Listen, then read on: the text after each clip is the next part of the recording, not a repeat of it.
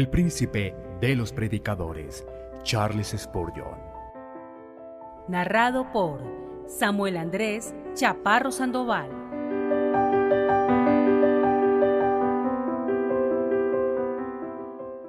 La mente puesta en la carne es enemiga de Dios. Sermón predicado la mañana del domingo 22 de abril 1855 por Charles Haddon Spurgeon en Exeter Hall, Strand, Londres. Por cuanto los designios de la carne son enemistad contra Dios. Romanos capítulo 8, versículo 7. Ya que la mente puesta en la carne es enemiga de Dios. Esta es una denuncia muy solemne que el apóstol Pablo aquí formula contra la mente carnal. Él la declara enemiga de Dios cuando recordamos lo que el hombre fue una vez, considerado solo un poco menor que los ángeles, el compañero con el que Dios se paseaba en el huerto de Edén al aire del día. Cuando pensamos que el hombre fue creado a imagen de su Hacedor, puro, sin mancha e inmaculado, no podemos menos que sentirnos amargamente afligidos al descubrir una acusación como esta, proferida en contra de nosotros como raza. Debemos colgar nuestras arpas sobre los sauces al oír la voz de Jehová cuando habla solemnemente a su criatura rebelde. ¿Cómo caíste del cielo, hijo de la mañana? Tú eras el sello de la perfección, lleno de sabiduría y acabado en hermosura. En Edén, en el huerto de Dios, estuviste. De toda piedra preciosa era tu vestidura. Los primores de tus tamboriles y flautas estuvieron preparados para ti en el día de tu creación. Tu querubín grande protector, yo te puse en el santo monte de Dios. Allí estuviste, en medio de las piedras de fuego te paseabas. Perfecto eras en todos tus caminos desde el día que fuiste creado, hasta que se halló en ti maldad. A causa de la multitud de tus contrataciones, fuiste lleno de iniquidad, y pecaste, por lo que yo te eché del monte de Dios, y te arrojé de entre las piedras del fuego, oh querubín protector. Nos sentimos muy entristecidos cuando contemplamos las ruinas de nuestra raza, como el cartaginense que al hollar el sitio desolado de su muy amada ciudad, derramó abundantes lágrimas cuando la vio convertida en escombros por los ejércitos romanos, o como el judío que deambulaba por las desiertas calles de Jerusalén mientras lamentaba que la reja del arado hubiese desfigurado la belleza y la gloria de esa ciudad que era el gozo de la tierra entera. Así deberíamos dolernos por nosotros mismos y por nuestra raza cuando contemplamos las ruinas de esa excelente estructura que Dios formó, esa criatura sin rival en simetría, con un intelecto solo superado por el intelecto angélico, ese poderoso ser, el hombre, cuando contemplamos cómo cayó y cayó y cayó de su elevada condición, convertido en una masa de destrucción.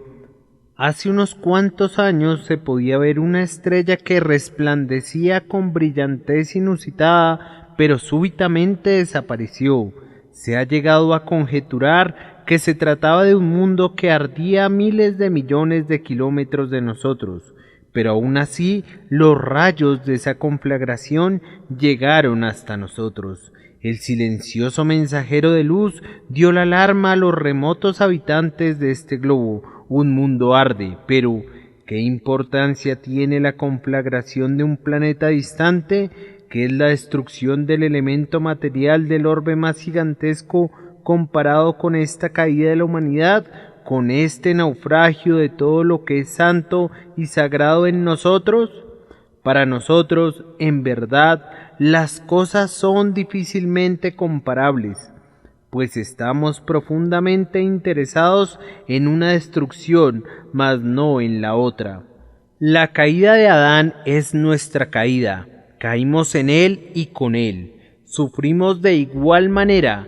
Lamentamos la ruina de nuestra propia casa. Deploramos la destrucción de nuestra propia ciudad cuando nos detenemos para captar estas palabras escritas tan claramente que no pueden ser malinterpretadas. Los designios de la carne, esos mismos designios que una vez fueron santos y que se volvieron carnales, son enemistad contra Dios. Que Dios me ayude esta mañana a formular solemnemente esta denuncia contra todos ustedes, o que el Espíritu Santo nos convenza de tal modo de pecado que unánimemente nos declaremos culpables delante de Dios. No hay ninguna dificultad en la interpretación de mi texto. Escasamente necesita una explicación. Todos nosotros sabemos que la palabra carnal significa aquí la naturaleza pecaminosa. Los antiguos traductores vertían el pasaje así: la mente puesta en la carne es enemiga de Dios. Es decir, la mente no regenerada, esa alma que heredamos de nuestros padres, esa naturaleza pecaminosa que nació en nosotros cuando nuestros cuerpos fueron formados por Dios. La mente no regenerada, pronema sarcos, los deseos, las pasiones del alma. Es esto lo que se apartó de Dios y se convirtió en su enemigo. Pero antes que nos adentremos en una discusión de la doctrina del texto, observen cuán vigorosamente lo expresa el apóstol. Los designios de la carne, dice, son enemistad contra Dios. Él usa un sustantivo y no un adjetivo. No dice que simplemente se oponen a Dios, sino que se trata de una enemistad positiva.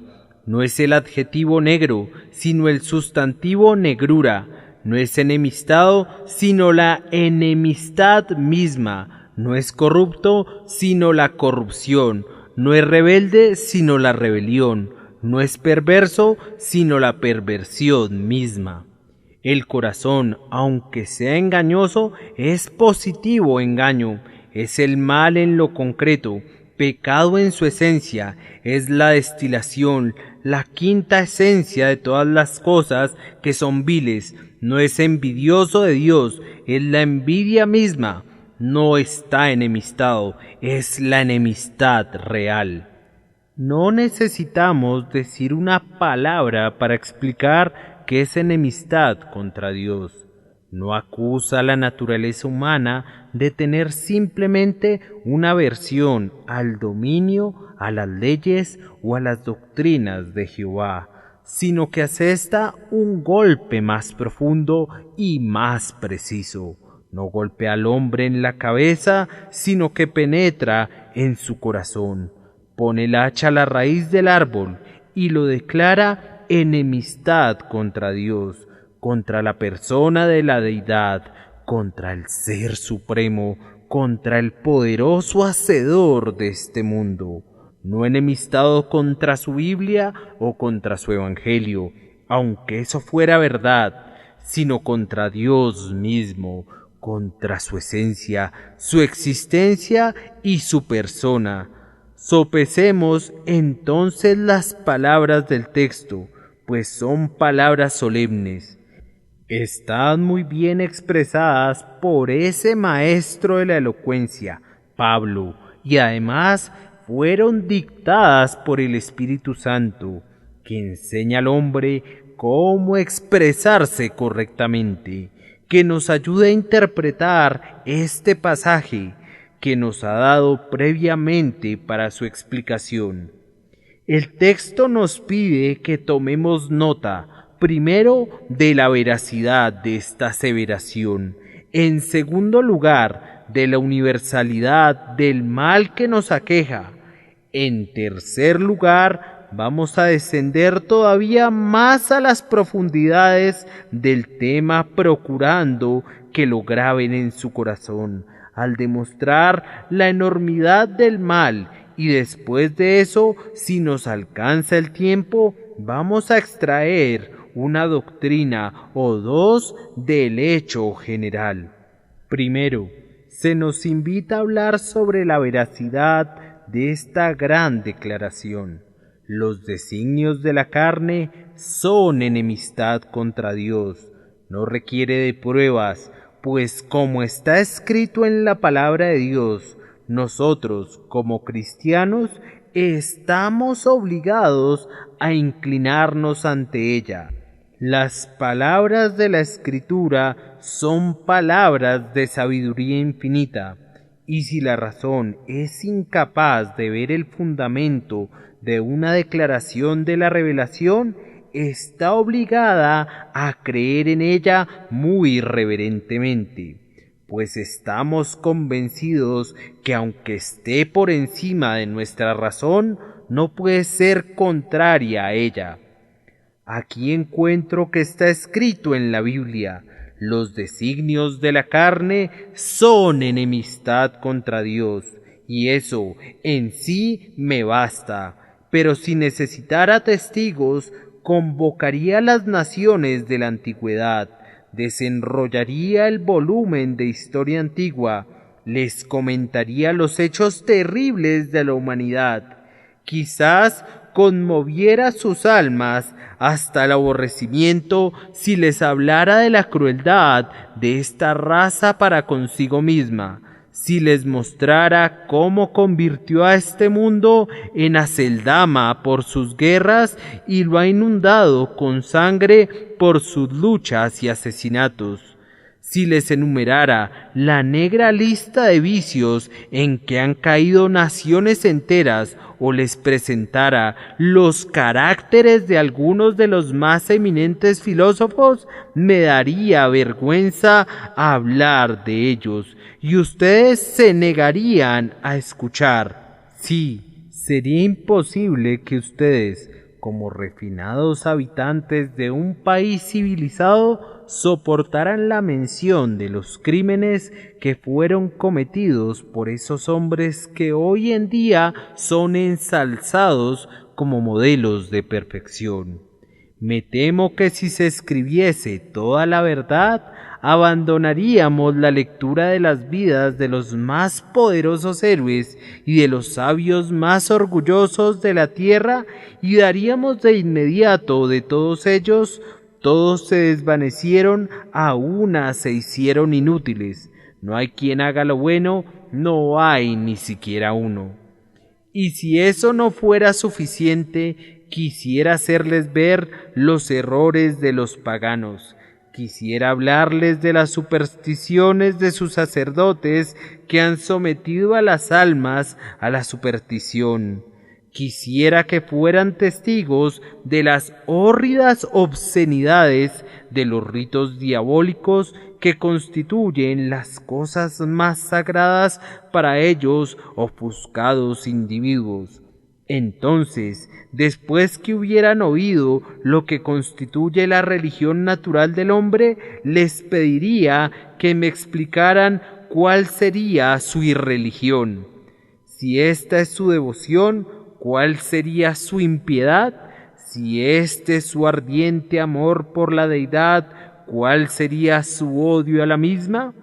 Estoy seguro que ustedes de inmediato confesarían si supieran lo que es la naturaleza humana, que la denuncia está sustentada y que el mundo debe exclamar sin reversas verazmente: culpable. Puedo encontrar un argumento adicional en el hecho de que las mejores personas han sido siempre las más dispuestas a confesar su depravación. Los hombres más santos, los que están más libres de impureza, siempre han sentido más intensamente su depravación. El que tiene sus vestidos más blancos percibirá mejor las manchas que les caigan. El que posee la corona más reluciente sabrá cuándo ha perdido una piedra preciosa. El que da más luz al mundo siempre será capaz de descubrir su propia oscuridad.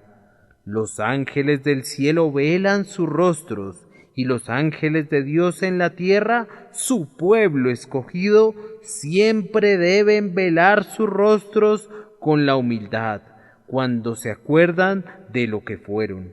Escuchen a David.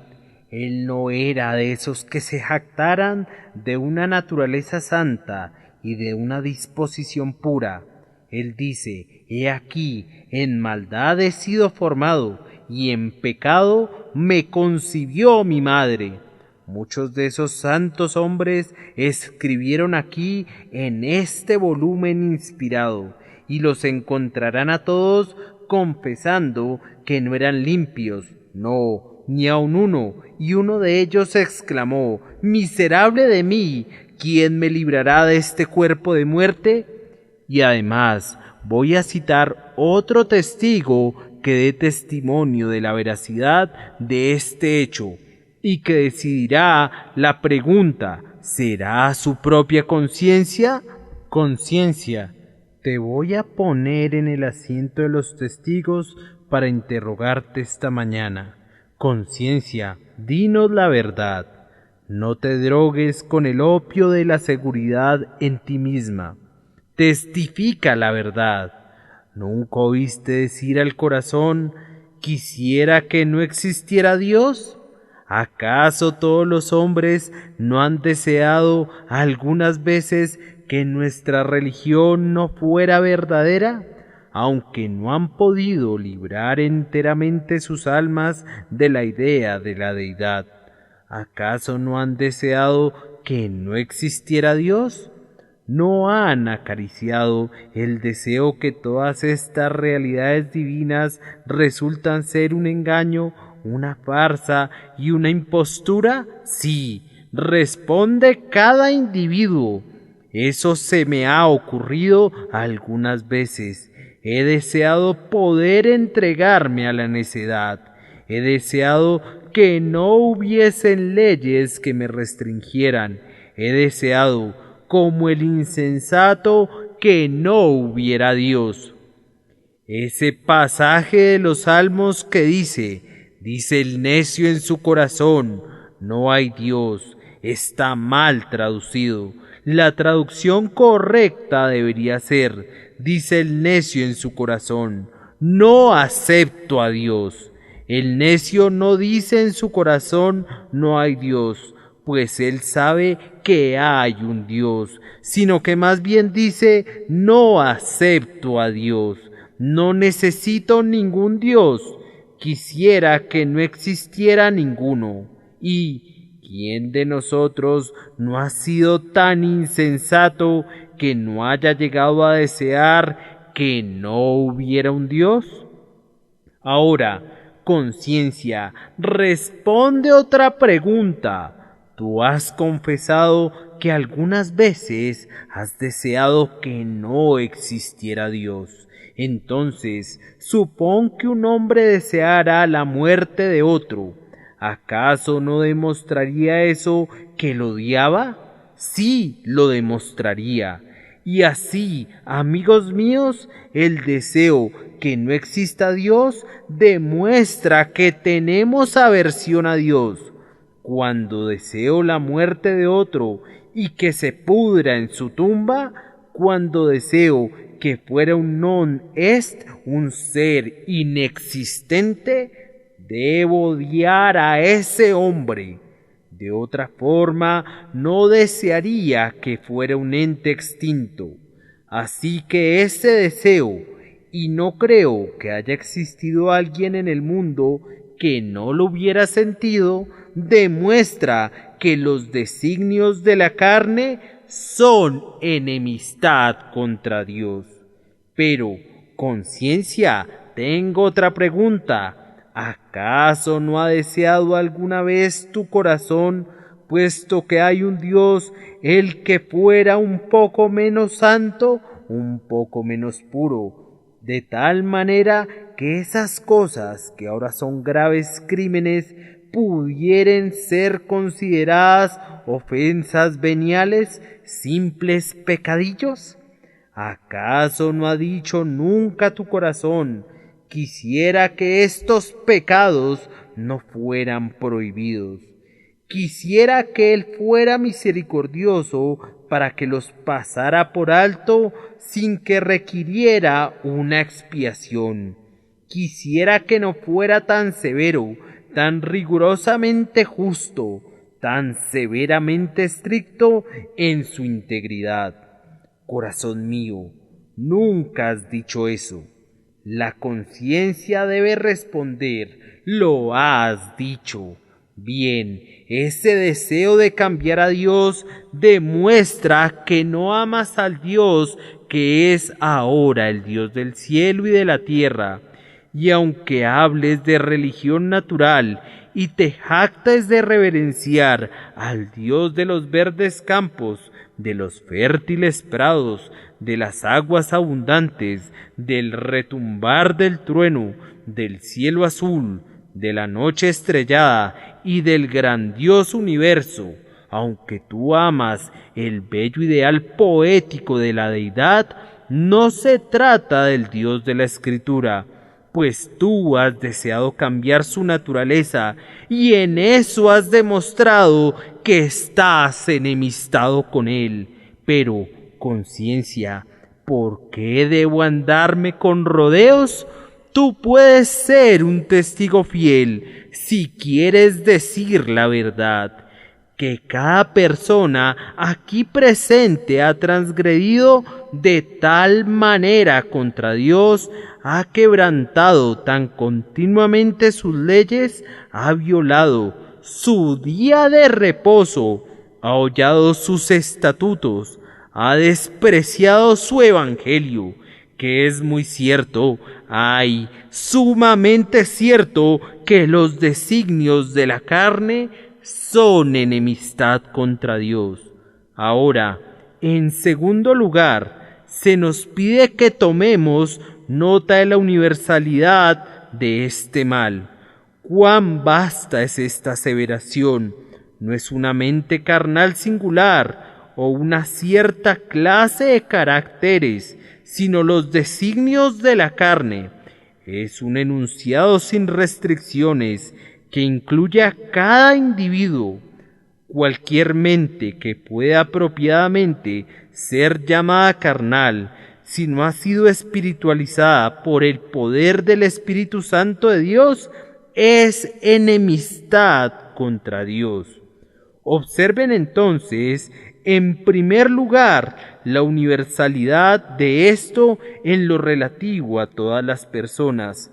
Toda mente carnal en el mundo está enemistada con Dios. Esto no excluye ni siquiera a los bebés que se alimentan del pecho de la madre. Nosotros los llamamos inocentes y en realidad son inocentes de transgresiones reales, pero como dice el poeta, en el pecho más tierno yace una piedra. En la mente carnal de un bebé hay enemistad contra Dios. No está desarrollada, pero está allí. Algunos afirman que los niños aprenden a pecar por imitación, pero no. Llévense a un niño, pónganlo bajo las influencias más piadosas, asegúrense que el propio aire que respira sea purificado por la piedad, que beba sorbos de santidad, que solo escuche la voz de la oración y de la alabanza, que sus oídos se mantengan afinados por las notas del himno sagrado, y a pesar de todo ello, ese niño puede convertirse todavía en uno de los más depravados transgresores, y aunque en apariencia esté encaminado en la propia senda al cielo, descenderá directamente al abismo si no es dirigido por la gracia divina. Oh, cuán cierto es que algunos que han contado con los mejores padres se han convertido en los peores hijos, que muchos que han sido entrenados bajo los más santos auspicios, en medio de las más favorables escenas de la piedad, se han convertido, sin embargo, en libertinos y disolutos.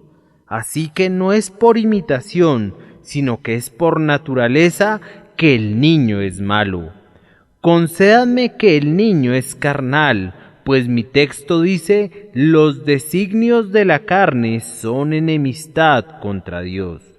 He oído que el cocodrilo recién nacido, cuando sale de su cascarón, en un instante comienza a ponerse en una postura de ataque, abriendo sus fauces como si hubiese sido enseñado o entrenado.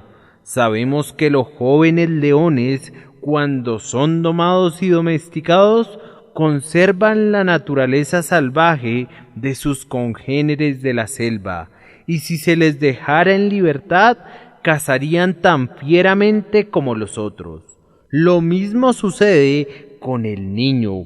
Puedes atarlo con los verdes juncos de la educación, puedes hacer lo que quieras con él, pero como no puedes cambiar su corazón, esos designios de la carne estarán enemistados con Dios. Y a pesar del intelecto, del talento y de todo lo que puedan darle que sea de provecho, será de la misma naturaleza pecaminosa como cualquier otro niño, aunque en apariencia su naturaleza no sea tan mala, pues los designios de la carne son enemistad contra Dios. Y si esto se aplica a los niños, igualmente incluye a toda clase de hombres.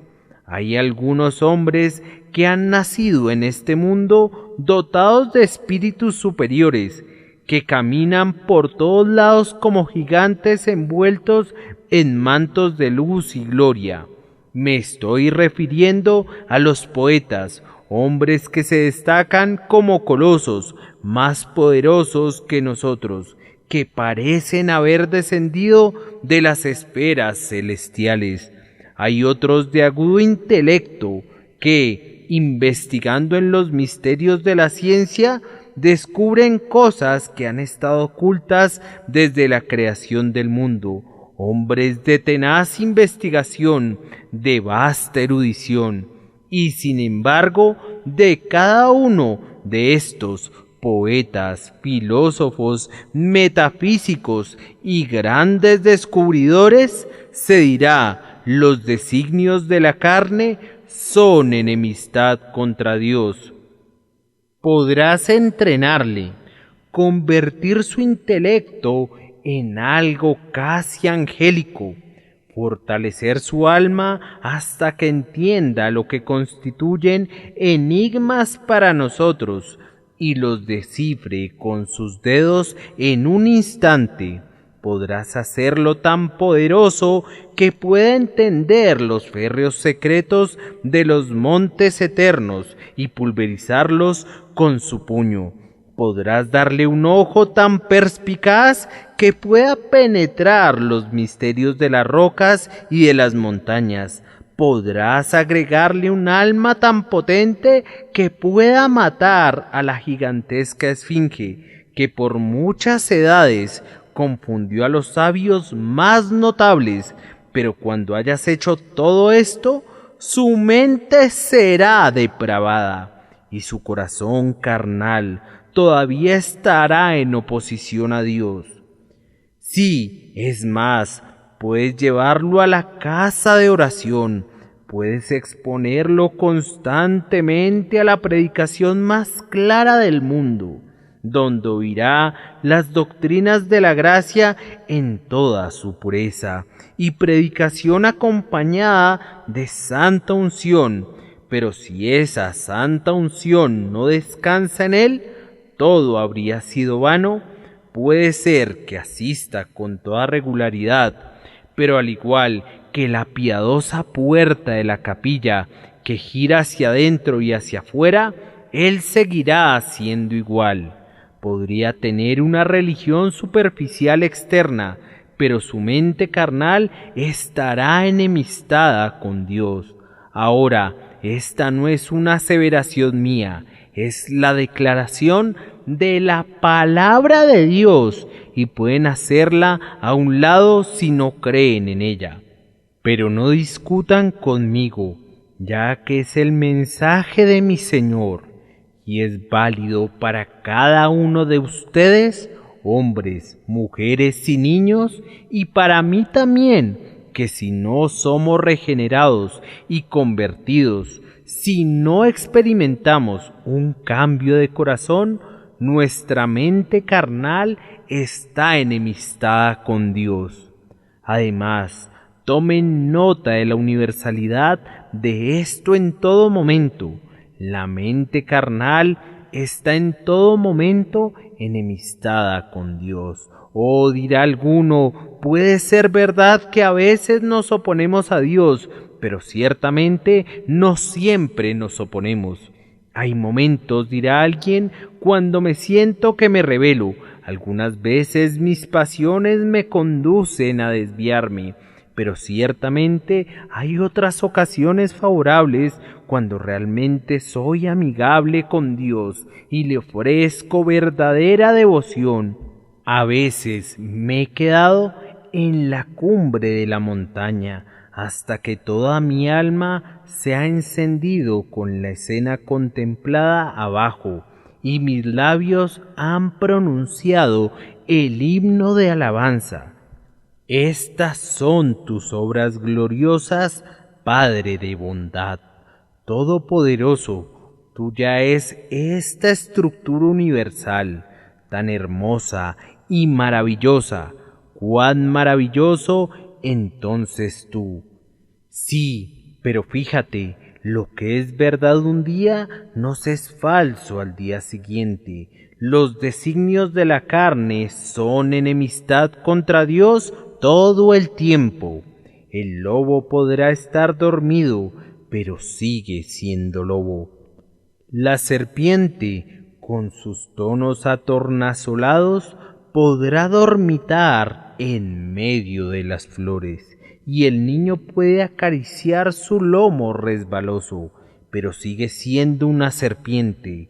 No cambia su naturaleza, aunque esté dormida.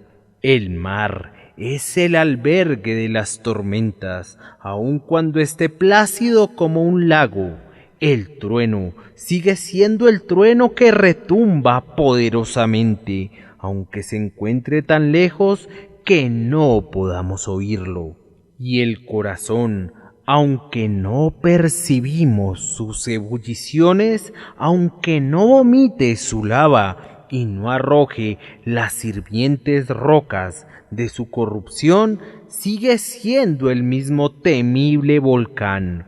En todo momento, a todas horas, a cada instante, digo esto según lo dice Dios. Si ustedes son carnales, cada uno de ustedes es enemistad contra Dios. Tenemos otro pensamiento relativo a la universalidad de este enunciado. Todos los designios de la carne son enemistad contra Dios. El texto dice, los designios de la carne son enemistad contra Dios. Esto es, todo el hombre, cada parte de él, cada poder, cada pasión. Se hacen a menudo la pregunta, ¿qué parte del hombre fue afectada por la caída? Piensan que la caída solo la resintieron los afectos, pero que el intelecto permaneció incolume. Ellos argumentan esto sustentados en la sabiduría del hombre y los impresionantes descubrimientos que ha hecho, tales como la ley de la gravedad, la máquina de vapor y las ciencias. Ahora, yo considero estas cosas como un despliegue insignificante de sabiduría, cuando se las compara con lo que se descubrirá dentro de 100 años, y muy pequeñas comparadas con lo que se pudo haber descubierto si el intelecto del hombre hubiese permanecido en su condición original. Yo creo que la caída aplastó al hombre enteramente, aunque cuando rodó como una avalancha sobre el poderoso templo de la naturaleza humana, algunos elementos permanecieron intactos, y en medio de las ruinas pueden encontrarse por aquí y por allá una flauta, un pedestal, una cornisa, una columna que no están completamente quebrados. La estructura entera cayó y sus reliquias más gloriosas son cosas caídas, hundidas en el polvo. El hombre completo está estropeado. Miren nuestra memoria. ¿Acaso no es verdad que la memoria participa de la caída? Yo puedo recordar mucho mejor las cosas malas que las que tienen olor a piedad. Si oigo una canción lasciva, esa música del infierno chirriará en mis oídos hasta que las canas cubran mi cabeza. Pero si oigo una nota de santa alabanza, ¡ay! Se me olvida, porque la memoria aprieta con una mano de hierro las cosas malas, pero sostiene con dedos débiles las cosas buenas. La memoria permite que los maderos gloriosos de los bosques del Líbano floten sobre la corriente del olvido, pero retiene toda la inmundicia que le llega flotando de la depravada ciudad de Sodoma. La memoria recordará lo malo, pero olvidará lo bueno. La memoria participa de la caída. Lo mismo ocurre con los afectos. Amamos lo terrenal más de lo que deberíamos amarlo. Rápidamente entregamos nuestro corazón a una criatura, pero raras veces lo ofrecemos a nuestro Creador. Y cuando el corazón es entregado a Jesús, es propenso a descarriarse. Miren a nuestra imaginación también. Oh, cómo se deleita la imaginación cuando el cuerpo se encuentra en una condición perniciosa. Solo denle al hombre algo que lo lleve al punto de la intoxicación. Dróguenlo con opio y cómo bailará su imaginación llena de gozo. Como pájaro liberado de su jaula, cómo se remontará con alas más vigorosas que las alas del águila. Ve cosas que ni siquiera habría soñado en las sombras de la noche. ¿Por qué razón su imaginación no trabajó cuando su cuerpo se encontraba en un estado normal, cuando era saludable? Simplemente porque la imaginación es depravada y mientras no se había introducido un elemento inmundo, mientras el cuerpo no había comenzado a estremecerse con un tipo de intoxicación, la fantasía no pensaba en celebrar su carnaval. Tenemos algunos espléndidos muestrarios de lo que el hombre puede escribir cuando se ha encontrado bajo la maldita influencia del aguardiente. Debido a que la mente es tan depravada, le encanta todo aquello que pone al cuerpo en una condición anormal. Y aquí tenemos una prueba que la propia imaginación se ha descarriado. Lo mismo ocurre con el juicio. Puedo demostrar cuán imperfectamente decide. También puedo acusar a la conciencia y decirle cuán ciega es y cómo le guiña el ojo a las más grandes necedades. Puedo examinar todos nuestros poderes y escribir sobre la frente de cada uno de ellos: traidor al cielo, traidor al cielo. Toda la mente puesta en la carne es enemiga de Dios.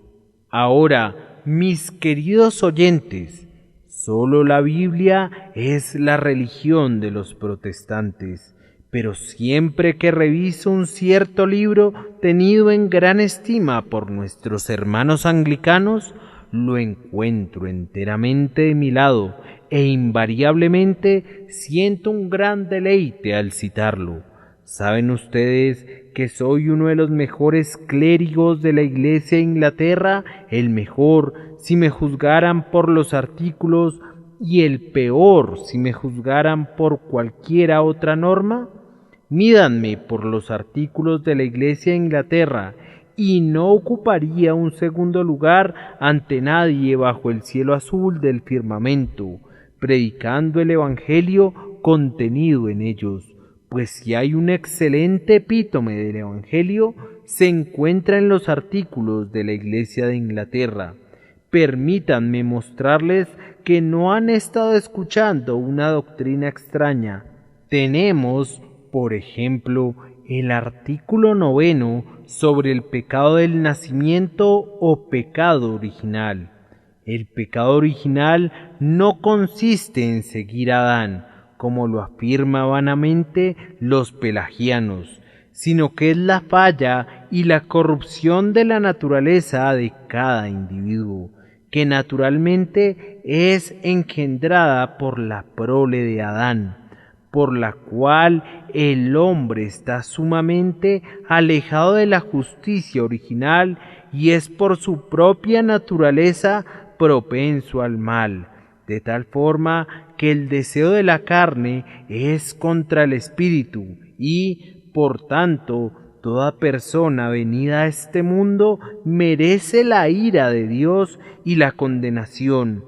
Y esta infección de la naturaleza efectivamente permanece, sí, en los que son regenerados, por lo cual la concupiscencia de la carne, llamada en el griego pronema sarcos, que algunos exponen como la sabiduría, la sensualidad, el afecto, el deseo de la carne, no está sujeta a la ley de Dios. Y aunque no hay condenación para los que creen y son bautizados, sin embargo el apóstol confiesa que la concupiscencia y la lascivia tienen en sí la naturaleza del pecado. No necesito nada más. ¿Acaso alguien que crea en el libro de oración disentirá de la doctrina que la mente puesta en la carne es enemiga de Dios? He dicho que iba a procurar, en tercer lugar, mostrar la gran enormidad de esta culpa. Me temo, hermanos míos, que a menudo cuando consideramos nuestro estado, no pensamos tanto en la culpa como en la miseria. Algunas veces he leído sermones sobre la inclinación del pecador al mal, en los que esto se ha demostrado con mucho poder, y ciertamente el orgullo de la naturaleza humana ha sido muy humillado y abatido, pero hay algo que me parece que si deja fuera, resulta ser una gran omisión, es decir, la doctrina que el hombre es culpable en todas estas cosas. Si su corazón está contra Dios, debemos decirle que es su pecado, y si no puede arrepentirse, debemos mostrarle que el pecado es la única causa de su incapacidad para hacerlo, que toda su separación de Dios es pecado, que mientras se mantenga alejado de Dios es pecado. Me temo que muchos de los de aquí presentes debemos reconocer que no acusamos de ese pecado a nuestras propias conciencias. Sí, decimos, estamos llenos de corrupción. Oh, sí, pero nos quedamos muy tranquilos. Hermanos míos, no deberíamos hacerlo. Tener esas corrupciones es nuestro crimen, que debe ser confesado como un enorme mal, y si yo, como un ministro del Evangelio, no recalcara el pecado involucrado en ello, no habría encontrado su propio virus, habría dejado fuera la verdadera esencia, si no mostrara que es un crimen. Ahora, la mente puesta en la carne es enemiga de Dios. ¿Cuán grave pecado es? Esto se manifestará de dos formas. Consideren la relación en la que estamos con Dios y luego recuerden lo que Dios es. Y después que haya hablado de estas dos cosas, espero ustedes verán en verdad que es un pecado estar enemistados con Dios. ¿Qué es Dios para nosotros? Él es el creador de los cielos y de la tierra. Él sostiene los pilares del universo. Él con su aliento perfuma las flores. Su lápiz las pinta de colores. Él es el autor de esta hermosa creación. Somos ovejas de su prado. Él nos hizo y no nosotros a nosotros mismos. La relación que tiene con nosotros es la de hacedor y creador. Y por ese hecho reclama ser nuestro rey. Él es nuestro legislador, el autor de la ley, y luego, para que nuestro crimen sea peor y más grave, Él gobierna la providencia, pues es Él quien nos guarda día a día. Él suple nuestras necesidades, Él mantiene el aire que respira nuestra nariz, Él ordena la sangre que mantenga su curso a lo largo de nuestras venas. Él nos mantiene con vida y nos previene de la muerte. Él está delante de nosotros como nuestro Creador, nuestro Rey, nuestro sostén, nuestro benefactor. Y yo pregunto, ¿no es acaso un crimen de enorme magnitud? ¿No es alta traición contra el emperador del cielo? ¿No es un pecado horrible cuya profundidad no podemos medir con la sonda de todo nuestro juicio, que nosotros, sus criaturas, que dependemos de Él, estemos enemistados con Él? Pero puede verse que el crimen es más grave cuando pensamos en lo que Dios es. Permítanme apelar personalmente ante ustedes en un estilo de interrogatorio, pues esto tiene mucho peso. Pecador, ¿por qué estás enemistado con Dios? Dios es el Dios de amor. Él es amable con sus criaturas. Él te mira con su amor de benevolencia, pues este mismo día su sol ha brillado sobre ti.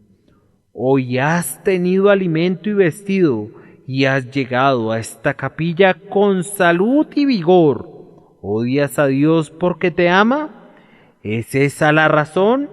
Consideren cuántas misericordias han recibido de sus manos a lo largo de su vida. No nacieron con un cuerpo deforme, han tenido una medida tolerable de salud. Te ha recuperado muchas veces de la enfermedad. Cuando estabas al borde de la muerte, su brazo ha detenido tu alma del último paso de destrucción. ¿Odias a Dios por todo esto? ¿Le odias porque salvó tu vida por su tierna misericordia? Contempla toda su bondad que ha desplegado delante de ti. Podría haberte enviado al infierno, pero estás aquí. Ahora, ¿odias a Dios por haberte conservado? ¿O por qué razón estás enemistado con Él? Amigo mío, ¿acaso no sabes que Dios envió a su Hijo procedente de su pecho y lo colgó en el madero y allí permitió que muriera por los pecadores, el justo por los injustos? ¿Y odias a Dios por ello? Oh pecador, ¿acaso es la causa de tu enemistad? ¿Estás tan alejado que agradeces con enemistad el amor? Y cuando te ha rodeado de favores, cuando te ha ceñido con bendiciones, cuando te ha colmado de misericordias, ¿acaso le odias por eso? Él te podría decir lo mismo que dijo Jesús a los judíos: muchas buenas obras os he mostrado de mi Padre. ¿Por cuál de ellas me apedreáis? ¿Por cuáles de estas obras odian a Dios? Si algún benefactor terrenal te hubiese alimentado, ¿le odiarías? Si te hubiera vestido, ¿le ultrajarías en su cara? Si te hubiese dado talentos, ¿volverías esos poderes en su contra? ¡Oh, habla! ¿Forjarías el hierro de una daga y la clavarías en el corazón de tu mejor amigo? ¿Odias a tu madre que te crió en sus rodillas? ¿Acaso maldices a tu padre que sabiamente veló por ti? No, respondes, sentimos una pequeña gratitud por nuestros parientes terrenales. ¿Dónde están sus corazones entonces? ¿Dónde están sus corazones que todavía pueden despreciar a Dios y estar enemistados con Él? ¡Oh, crimen diabólico! ¡Oh, atrocidad satánica! ¡Oh, iniquidad indescriptible! Odiar a quien es todo amable, aborrecer al que muestra misericordia constante, desdeñar al que bendice eternamente, escarnecer al bueno, al lleno de gracia, por sobre todo odiar al Dios que envió a su Hijo para que muriera por el hombre. En ese pensamiento, la mente puesta en la carne es enemiga de Dios. Hay algo que nos sacude, pues es un terrible pecado estar enemistados con Dios. Quisiera poder hablar con mayor poder, pero únicamente mi Señor puede hacerles ver el enorme mal de este hórrido estado del corazón. Pero hay una o dos doctrinas que procuraremos deducir de todo esto. ¿Está la mente puesta en la carne, enemistada con Dios? Entonces la salvación no puede ser por méritos, tiene que ser por gracia. Si estamos enemistados con Dios, ¿qué méritos podríamos tener?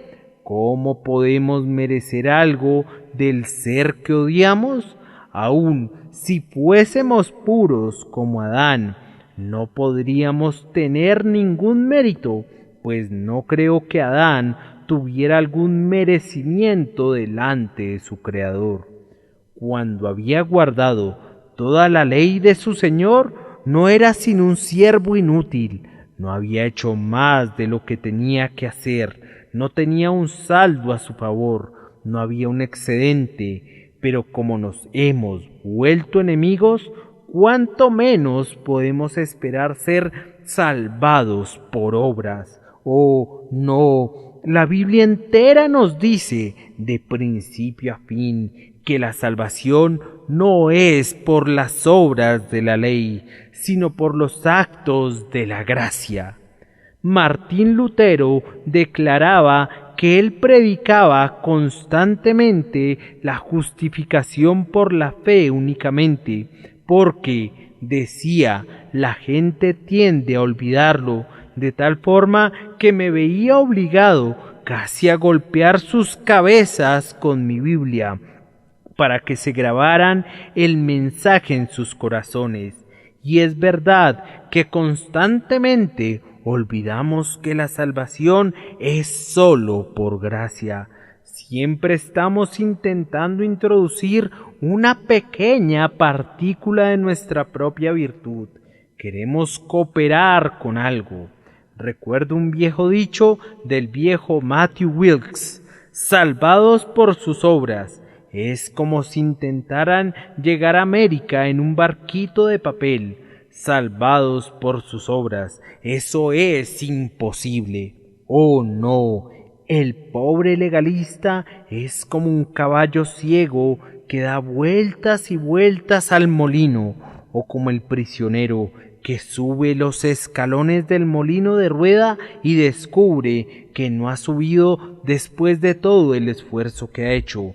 No tiene una confianza sólida, no tiene una base firme en la que pueda apoyarse, no ha hecho lo suficiente, nunca lo suficiente. La conciencia siempre dice: esto no es la perfección, debería haber sido mejor. La salvación para los enemigos debe alcanzarse mediante un embajador, por una expiación, sí, por Cristo. Otra doctrina que extraemos de esto es la necesidad de un cambio completo de nuestra naturaleza.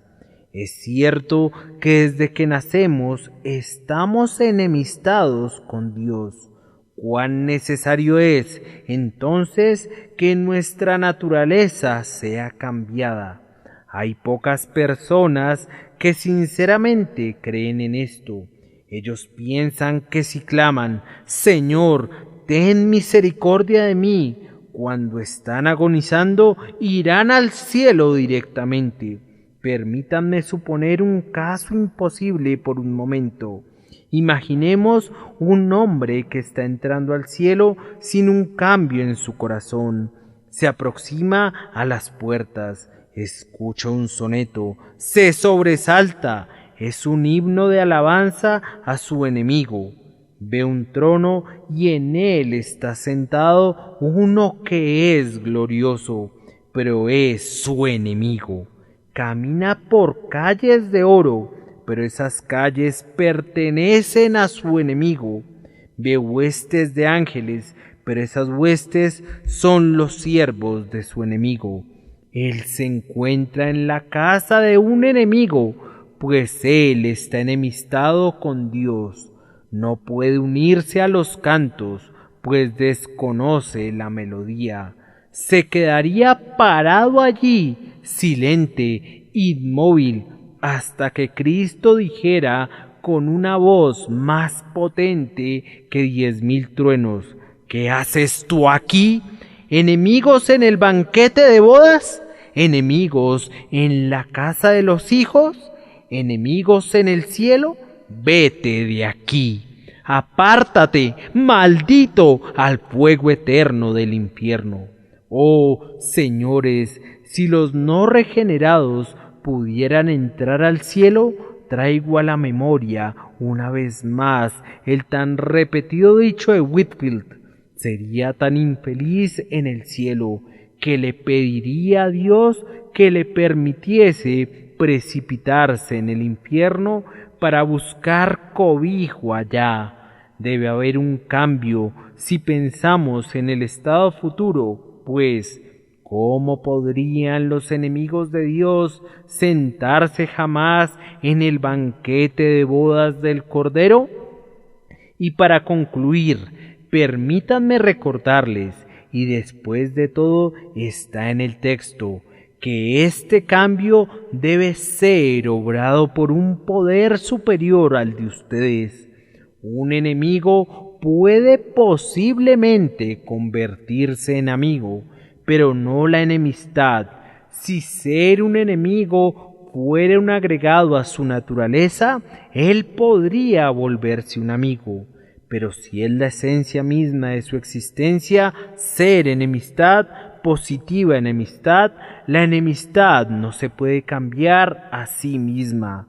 No, debe hacerse algo más de lo que nosotros podemos lograr. Esto es precisamente lo que se olvida en estos días. Necesitamos más predicación con la unción del Espíritu Santo si queremos tener más obras de conversión. Yo les digo, amigos, si ustedes se cambian a sí mismos y se hacen mejores y mejores y mejores, 1000 veces mejores, nunca serán lo suficientemente buenos para el cielo. Mientras el Espíritu de Dios no haya puesto su mano en ustedes, mientras no haya regenerado el corazón, mientras no haya purificado el alma, mientras no haya cambiado el espíritu entero y no haya hecho al hombre una nueva criatura, no podrán entrar al cielo. Cuán seriamente entonces deberían hacer un alto y meditar: heme aquí, una criatura de un día, un mortal nacido para morir, pero sin embargo un ser inmortal. En este momento estoy enemistado con Dios. ¿Qué haré? ¿Acaso no es mi deber, así como mi felicidad, preguntar si hay una manera de ser reconciliado con Dios? Oh, agotados esclavos del pecado, ¿acaso no son sus caminos sendas de insensatez? ¿Acaso es sabiduría, oh mis amigos, es sabiduría odiar a su Creador? ¿Es sabio estar en oposición contra Él? ¿Es prudente despreciar las riquezas de su gracia? Si es sabiduría, es la sabiduría del infierno. Si es sabiduría que es insensatez para con Dios.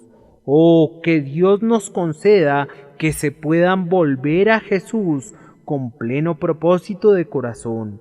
Él es el embajador, Él es el único que puede establecer la paz por medio de su sangre, y aunque vinieron aquí con enemigos, es posible que atraviesen esa puerta como amigos. Si no hacen sino mirar a Jesucristo, la serpiente de bronce que fue alzada. Y ahora, puede ser que algunos de ustedes hayan sido convencidos de pecado por el Espíritu Santo. Yo ahora les voy a proclamar el camino de salvación. Y como Moisés levantó la serpiente en el desierto, así es necesario que el Hijo del Hombre sea levantado, para que todo aquel que en él cree no se pierda, mas tenga vida eterna. Contempla, oh temeroso penitente, el instrumento de tu liberación. Vuelve tus ojos llenos de lágrimas a aquel monte del Calvario. Mira la víctima de la justicia, el sacrificio de expiación por tu transgresión. Mira al Salvador en sus agonías, comprando tu alma con torrentes de su sangre y soportando tu castigo en medio de las agonías más intensas. Él murió por ti. Si confiesas tus culpas ahora, oh, ven tú, hombre condenado, autocondenado, y vuelve tus ojos a este camino, pues una mirada salvará. Pecador, tú has sido mordido. Mira, no necesitas ninguna otra cosa sino mirar. Es simplemente mirar. Basta que mires a Jesús y serás salvo. ¿Oyes la voz del Redentor? Mira a mí y sed salvos. Miren, miren, miren, oh almas culpables. Confía en Él, confía plenamente. No permitas que otra confianza se entrometa. Nadie sino Jesús puede hacer bien al pecador desvalido. Que mi bendito Señor les ayude a venir a Él y los atraiga a su Hijo, por Jesucristo nuestro Señor. Amén y amén.